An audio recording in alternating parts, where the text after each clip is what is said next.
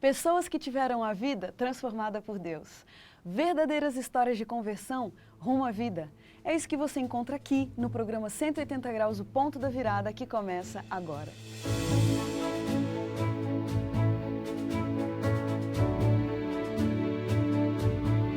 Quando sentimos o toque de Deus na vida, uma mudança acontece.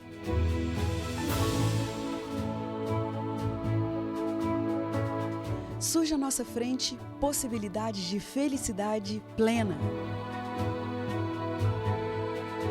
O toque de Deus restaura, renova, refaz.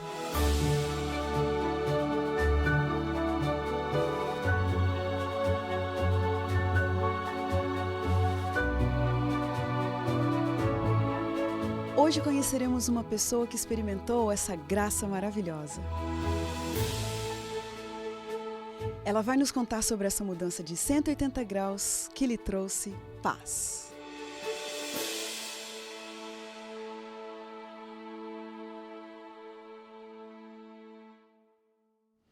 Primeiro filho de 3, Elivelto Roberto Vital nasceu e cresceu em Mojimirim, São Paulo.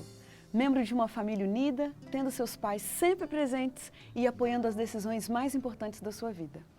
Desde pequeno, ele sempre teve a profunda convicção de sua necessidade de um Salvador e muita curiosidade pela Bíblia.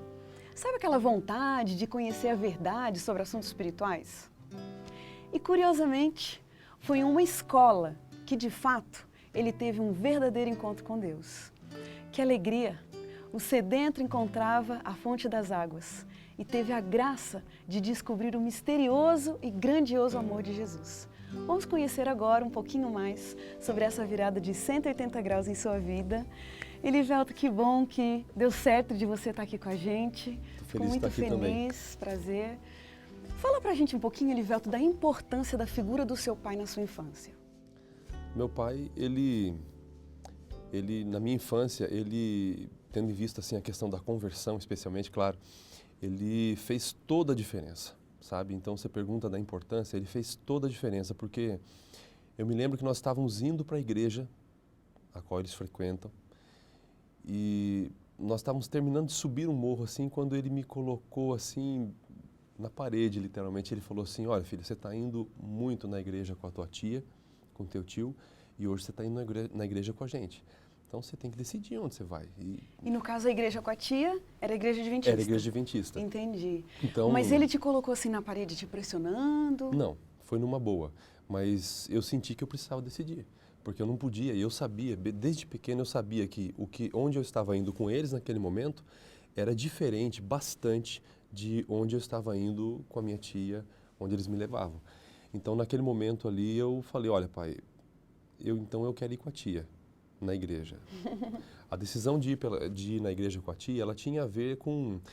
Eu era muito criança, né? Mas ela tinha a ver bastante assim com o gosto que eu sentia em ir até lá. Porque, você veja, tinha desbravador.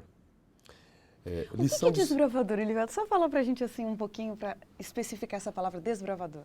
O desbravador ele é um encontro de crianças, né? E adolescentes de 10 a 15 anos. E nesse encontro você aprende sobre civismo, aprende sobre Deus, aprende sobre habilidades manuais, você faz acampamento, alguns passeios que são todos eles passeios educativos, didáticos e que ajudam você até a descobrir uma profissão, quem sabe. Então o desbravador é assim, e no meio disso tudo, dentro dos ideais do desbravador, de tudo aquilo que acontecia, é muito gostoso. E eu não tinha como não gostar daquilo, sendo criança, estando naquela fase de idade, e indo para uma igreja que tinha escola sabatina, além do desbravador, mais a questão da pregação. Até hoje, Creriane, eu me lembro de algumas pregações que eu estava assistindo, eu lembro do que eu via, e de que o pregador construía um pensamento. E era algo assim que me chamava demais a atenção, a pregação do pai dessa minha tia que me levou para a igreja. Então, tudo isso fez muita diferença na hora de eu escolher a igreja. Porque quando eu ia à igreja com meu pai e com minha mãe, naquela época ainda era muito para o adulto. Hoje mudou, bastante coisa mudou. Talvez, né, se eu estivesse vivendo a mesma situação hoje, quem sabe teria sido diferente. Só que entraria um outro ponto, que a gente sabe que é a questão do que é pregado. Então, eu ouvia a pregação, eu ouvia de um lado e de outro e Você comparava as eu coisas. comparava e percebia que havia uma linha que eu precisava seguir ali naquele lado. Entendi. Nessa fase, a gente está conversando aqui sobre quantos anos mais ou menos você tinha? Eu tenho uma noção, assim, de que eu tinha 8, 9. É Por aí. mesmo? Puxa Era bem vida, cedo mesmo. muito cedo. Muito cedo. Elivelto, que princípios morais? Seus pais eram assíduos? Você teve uma educação cristã? Tive uma educação cristã em casa e na escola, porque até os 14 anos eu estudei em um colégio católico. Então, tanto em casa quanto na escola, logo cedo eu tinha uma escola católica, então princípios morais do que é certo, o que é errado, vida em sociedade, o que é do outro e o bem que devemos fazer. A Igreja Católica é muito forte, muito boa nisso. Certo. Agora, o que acontece é que naquele momento em que nesse ponto em que eu estava com meu pai e minha mãe e crescendo ainda em casa, né, eles sempre fizeram questão de dizer para mim o que é certo e o que é errado. Então, a educação, ela aconteceu. Eu me lembro de uma vez, Cleriane, para você ter uma ideia, em que eu estava assistindo um filme de terror.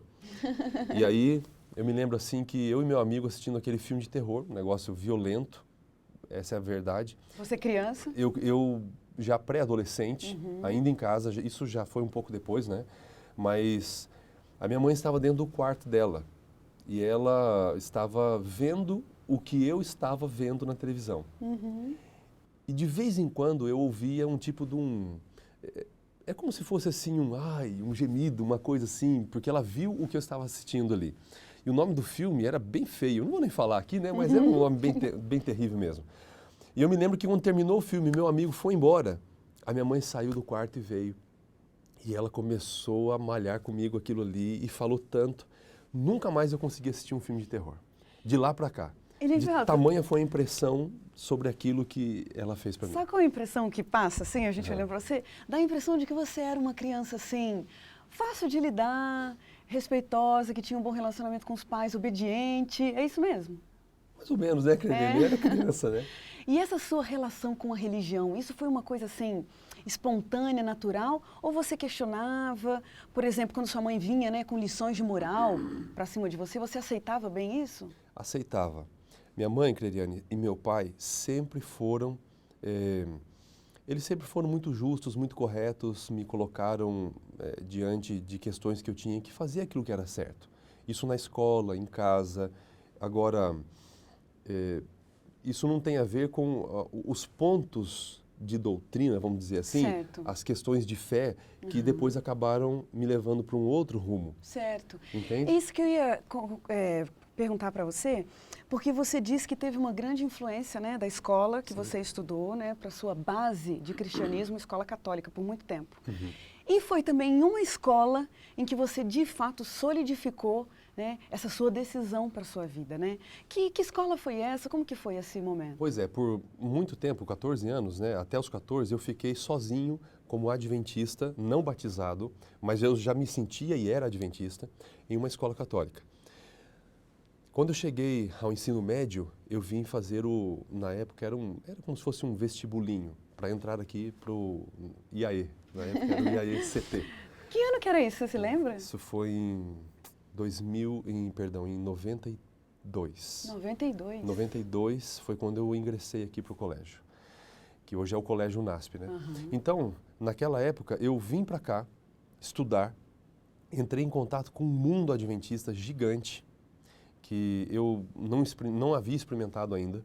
Eu conheci gente do Brasil todo e até de fora do Brasil. Na época, o colégio tinha alunos da África, já existiam alunos da África. O colégio tinha alunos também aqui... tinha de vários lugares, eu não me lembro 100%, mas do Brasil todo. E eu percebi o tamanho da igreja adventista e da juventude adventista. Isso fez muita diferença para mim. Interessante. Porque eu saí de ser apenas um para ser apenas um num meio assim onde ninguém era adventista. E eu vim agora para um colégio onde todo mundo praticamente era adventista, exceto uns poucos. Então agora eu estava na posição inversa.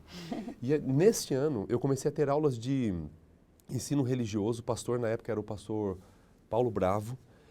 E com as aulas de ensino religioso, eu fui solidificando conhecimentos, eu fui aprofundando ideias que eu já conhecia de sermões, mas eu nunca tinha lido, estudado. Ninguém estudou a Bíblia comigo, foi meio que por sermões, pelo contato com os irmãos da igreja.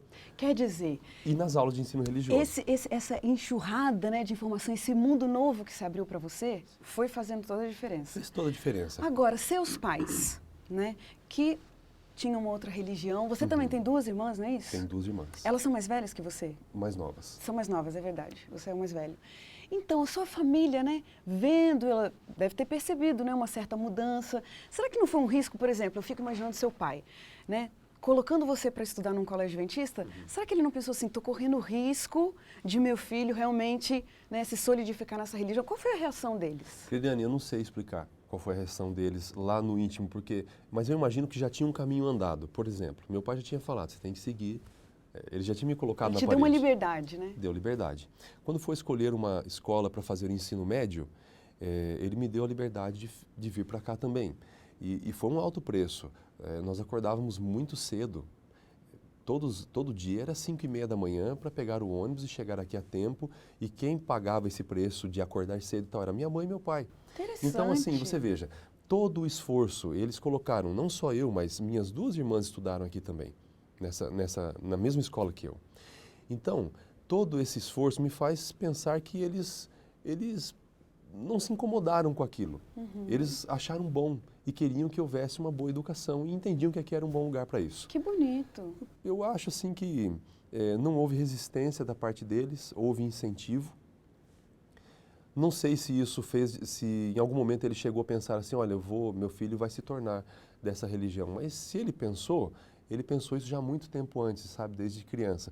E ele tinha também o irmão dele que já havia trilhado o mesmo caminho, que era o marido dessa minha tia, né? E ele já estava, eu acho que a ideia já estava ali, né? Ele já estava acostumado com essa ideia. Agora é curioso, Elivelto, você disse começando o ensino médio, você devia ter o quê, seus 15 anos? E essa é justamente uma fase em que um jovem quer liberdade, quer conhecer o mundo, né? Foi você que escolheu ir estudar numa escola com uma influência adventista, né? Cristã, foi você que escolheu isso? Fui eu que escolhi. Eu que quis isto.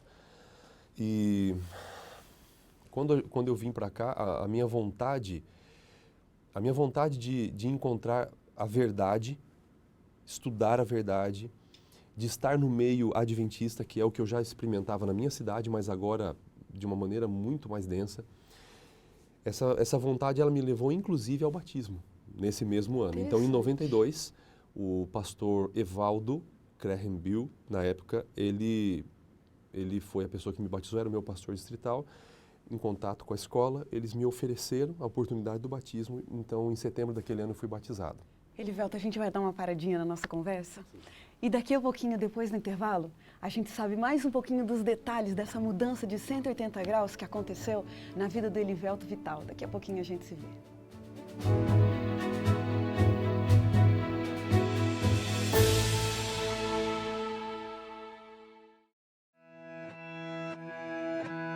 Logo cedo, meus pais perceberam a inclinação para a questão da música. Tudo que aconteceu na minha infância me disse, você não poderá ser outra coisa a não ser professor. Em música especificamente, eu me formei na São Judas, fiz a pós-graduação aqui no NASP e atualmente eu estou cursando o mestrado na Unicamp. Na época, eram poucos que faziam o mestrado, isso em 97, então a coisa era bem puxada, né? Eram 4 anos, né? Em literatura brasileira, mestrado e doutorado. Eu tive a oportunidade de participar do ministério dos principais grupos musicais adventistas no Brasil. Tudo aquilo que se aprende em psicologia, em pedagogia, de que a primeira infância determina a vida da pessoa, de fato, determina sim. Meu nome é Lineu Soares. Meu nome é Afonso Cardoso. E eu sou o NASP. Eu sou o NASP.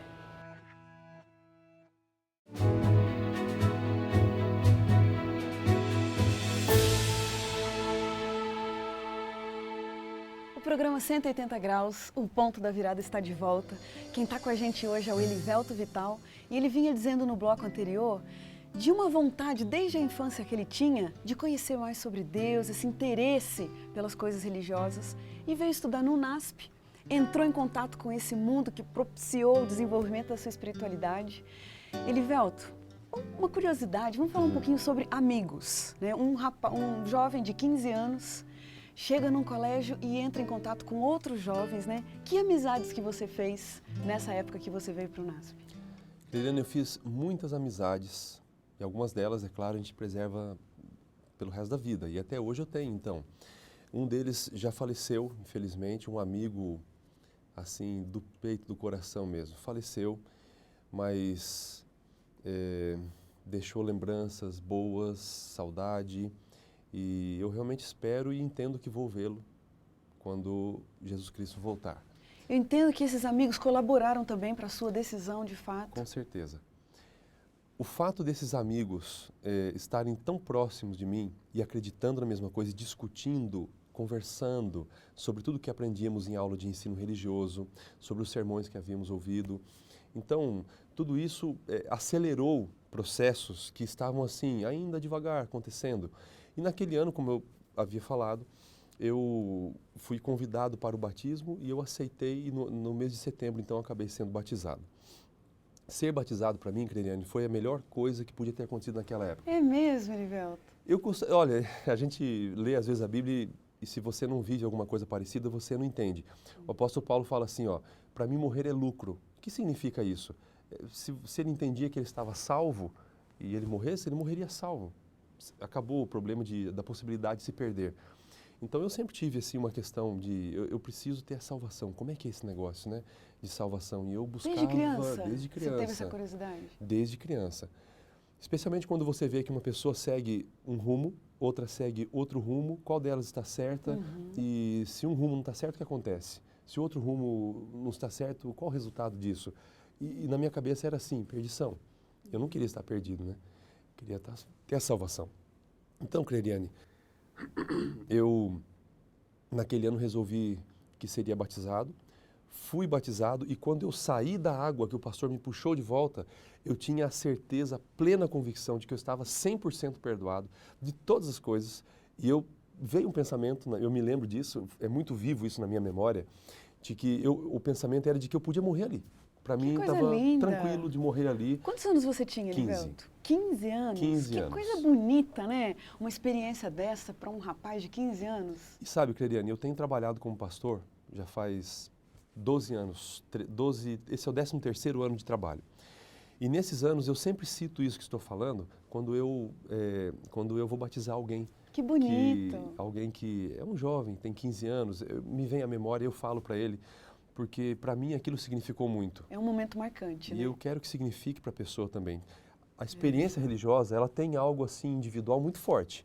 Mas eu acho que com a minha experiência eu posso ajudar alguém que está ali dentro do tanque, naquele momento, a entender que aquele passo que ele deu é um passo muito importante que vai fazer diferença pelo resto da vida. É um trato que você faz, é como casar. Você coloca uma aliança no dedo, quando você casa, você se casa, entre aspas, né, com Jesus. Certo. E o batismo é essa aliança. Que bonito. Nesse ponto de se tornar um pastor, seus pais também te apoiaram? Também apoiaram, Creliane. É interessante, nos pontos principais da minha vida como adventista, meus pais que não são adventistas, eles estiveram presentes. Eu acho tão bonito isso, eu fico batendo nessa tecla porque eu acho impressionante. Eu respeito muito sua família, não conheço, mas respeito muito, né, seus pais, agora você dizendo, por esse incentivo que eles te deram, né? Creliane, pensa uma coisa, para eu vir para a igreja, vamos fazer um retrospecto. Para vir para a igreja, meu pai, ele, entre aspas, me colocou na parede. Você tem que decidir, filho e tal, e foi. Depois, para vir para o colégio, a permissão e tudo mais aconteceu. Para fazer teologia, eu me lembro que quando eu recebi a notícia de que eu havia passado no vestibular, eu não tinha como vir para cá.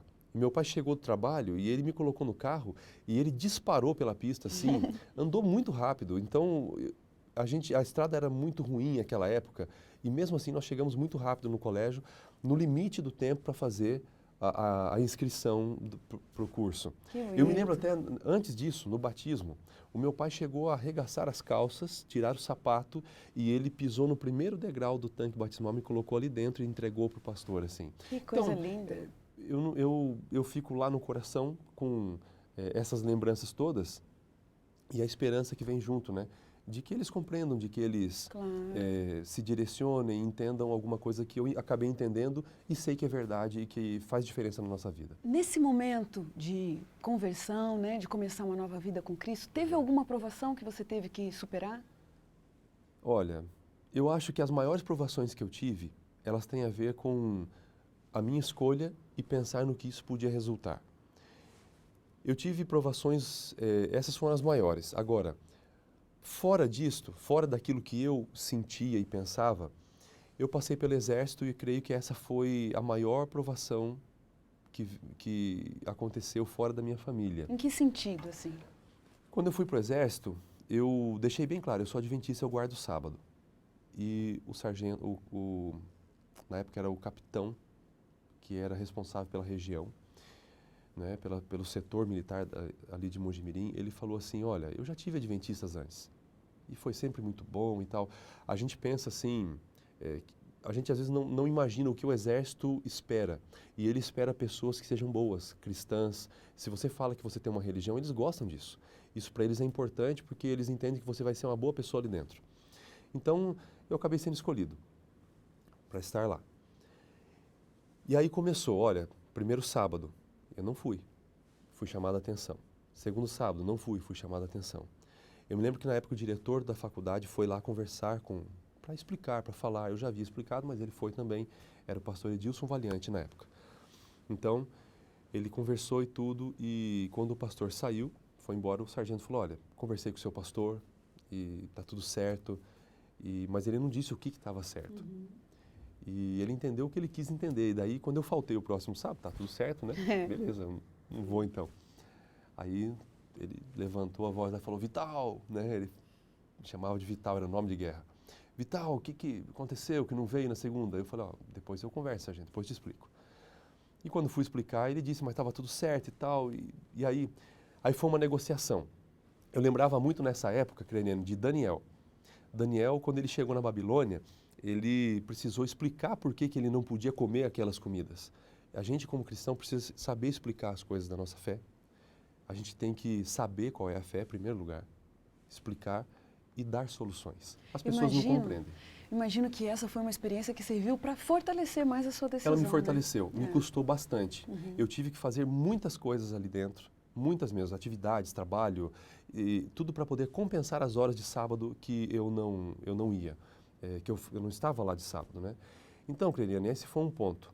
Em casa, eu tive tantas facilidades, meus pais permitindo, ajudando, indo junto comigo, mas assim, por vezes quando chegava o sábado também, né? Parece que sempre o sábado ele acaba sendo um ponto, né? Um ponto ali assim que você acaba tendo que lidar com isso, uma situação adversa. Então, eu me lembro assim que meu pai, aos sábados, não estava trabalhando e ele tinha que arrumar alguma coisa em casa e pediu uma ajuda. Uhum. Não é o dia de eu arrumar, eu posso ajudar, quero ajudar, mas de repente, e eu ficava assim, agora ajuda ou não ajuda?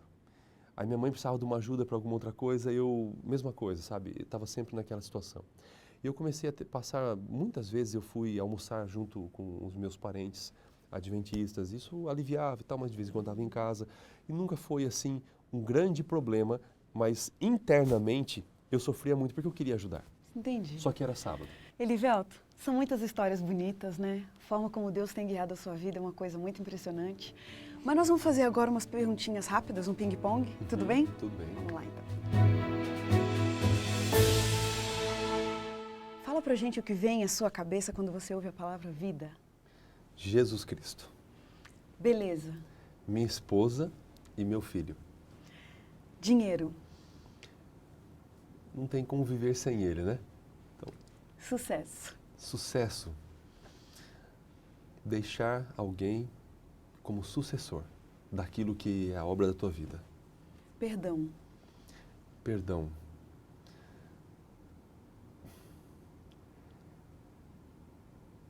Creliane, como perdão, eu lembro de um momento que eu passei na minha vida. O meu batismo e de um segundo momento no qual Deus me mostrou claramente que Ele tinha me perdoado.